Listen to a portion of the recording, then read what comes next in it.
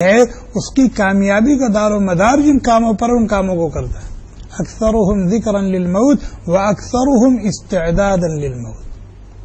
کثرت سے اپنی موت کو یاد کرتا ہے اور مرنے کے بعد آنے والی جو منزلیں اور مراحل ہیں ان کی تیاری کرتا ہے. کیا فرمایا؟ اولئک الاکیاس، اولئک الاکیاس، یہ ہیں عقل مند لوگ، یہ ہیں ہوشیار اور چالاک، یہ ہیں سوجھ بوجھ والے لوگ. ذهبوا بشرف الدنیا وکرامت الآخرہ، جو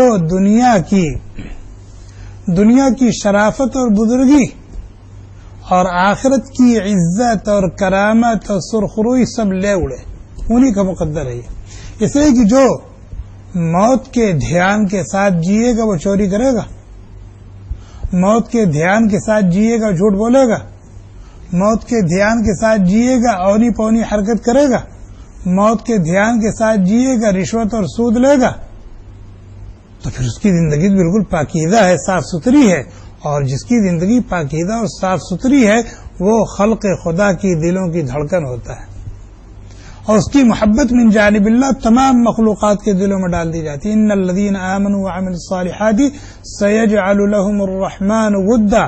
وہ لوگ جو ایمان لائے اور جو اچھے اچھے کام کرتے ہیں، اللہ تبارک و تعالی لوگوں کے دلوں میں ان کی محبت رچا دیتا ہے، بسا دیتا ہے. یہاں تک کہ سوراخوں میں چونٹیاں اس سے محبت کرتی ہیں، اور سمندر میں مچھلیاں اس سے محبت کرتی ہیں، فضاؤں میں پرندے اس سے محبت کرتے ہیں. اسی کو فرمایا اولئک الاکیاس ذهبوا بشرف الدنیا وکرامت الآخرہ. یہ ہیں ہوشیار لوگ جو دنیا کی عزت و بزرگی بھی ان کا مقدر بنی، اور آخرت کی شرافت، آخرت کی عزت، آخرت کے درجات عالیہ، وہاں کے مقام و مرتبے، یہ بھی ان کا مقدر بن گئے. ایک حدیث میں اللہ کے نبی علیہ الصلوۃ والسلام نے فرمایا، ترمذی کی روایت ہے، حضرت شداد ابن اوس رضی اللہ تعالی، اللہ کے نبی نے فرمایا الکیس من دان نفسه وعمل لما بعد الموت. ہوشیار اور چالاک تو وہ شخص ہے جو اپنے نفس کی لگام کو کس کے رکھے. من دان نفسه، جو اپنے نفس کی لگام کو کس کے رکھے اور اپنے نفس کو اپنے کنٹرول اور اپنے قابو میں رکھے، نہ یہ کہ اپنی باغ ڈور نفس کے ہاتھوں میں دے دے کہ نفس جہاں چاہے جس کھڑ میں چاہے لے جا کر کے گرا دے اور جہاں چاہے اس کا منہ کالا کر دے. نہیں، الکیس من دان نفسه وعمل لما بعد الموت، اور مرنے کے بعد آنے والی جو زندگی ہے اس کو بنانے کی فکر میں لگا رہے. اور احمق اور بیوقوف کون ہے؟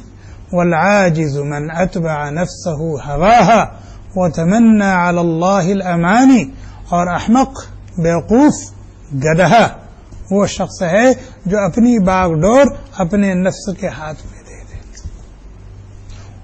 اس کو اس کی فکر نہیں ہے اللہ کا حکم کیا ہے، نبی کی تعلیم کیا ہے، قرآن کیا کہتا ہے، اور احادیث مبارکہ میں کیا ہے، ہمیں کس طرح جینا چاہیے، کس طرح رہنا چاہیے.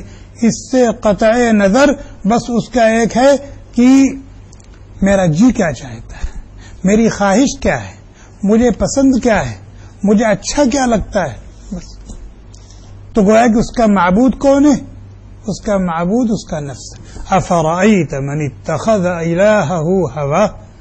اے مخاطب، تو نے اس کو نہیں دیکھا جس نے اپنی خواہش نفس ہی کو اپنا معبود بنا لیا اور نفس کے کہے پر چلتا ہے.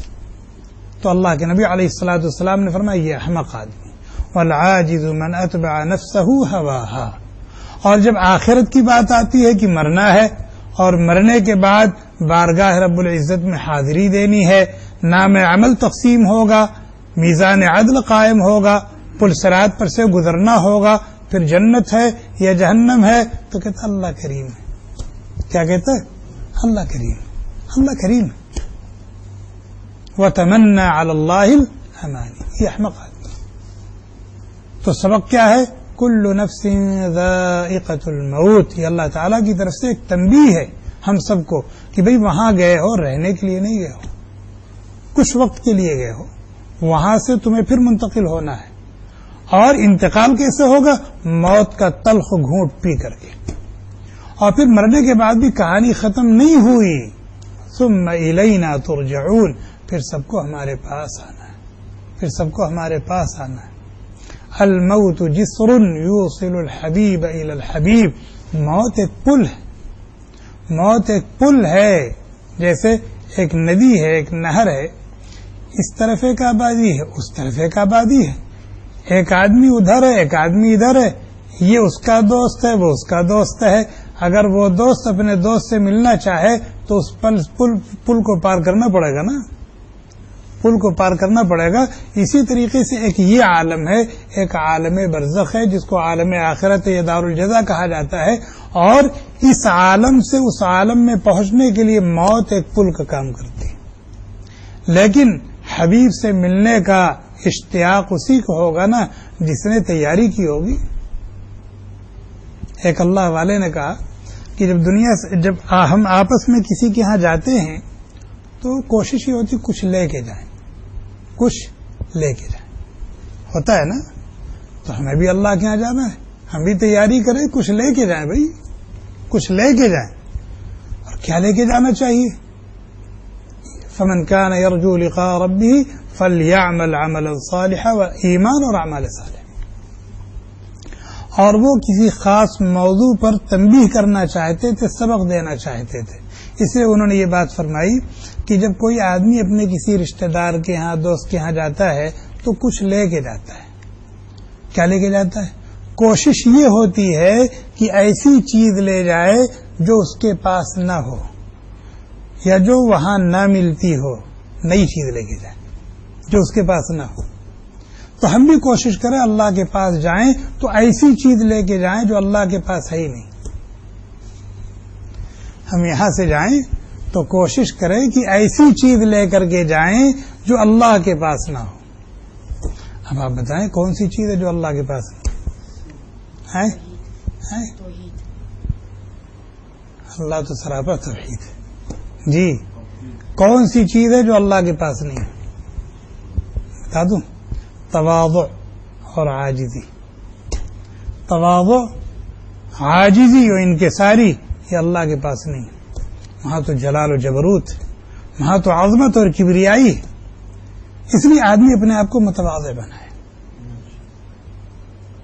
متواضع بنائے. اور جس نے حقیقت میں اپنے آپ کو تواضع کی صفت سے متصف کر لیا تو اس کے اندر بہت ساری صفات اکٹھا ہو جائیں گی. آج بہت بڑا بگاڑ اور فساد جو ہے وہ کبر کی وجہ سے، غرور کی وجہ سے، گھمنڈ کی وجہ سے، بڑکپن کی وجہ سے. تو ہمیں تیاری کرنی چاہیے کس کی؟ مرنے کی. آج جو آیت سنی آپ نے، کل نفس ذائقۃ الموت، اس میں یہی سبق اللہ نے دیا. سبحانک اللہم وبحمدک ونشہد ان لا الہ الا انت ونستغفرک ونتوب الیک. سبحان ربک رب العزة عما یصفون وسلام علی المرسلین والحمد للہ رب العالمین.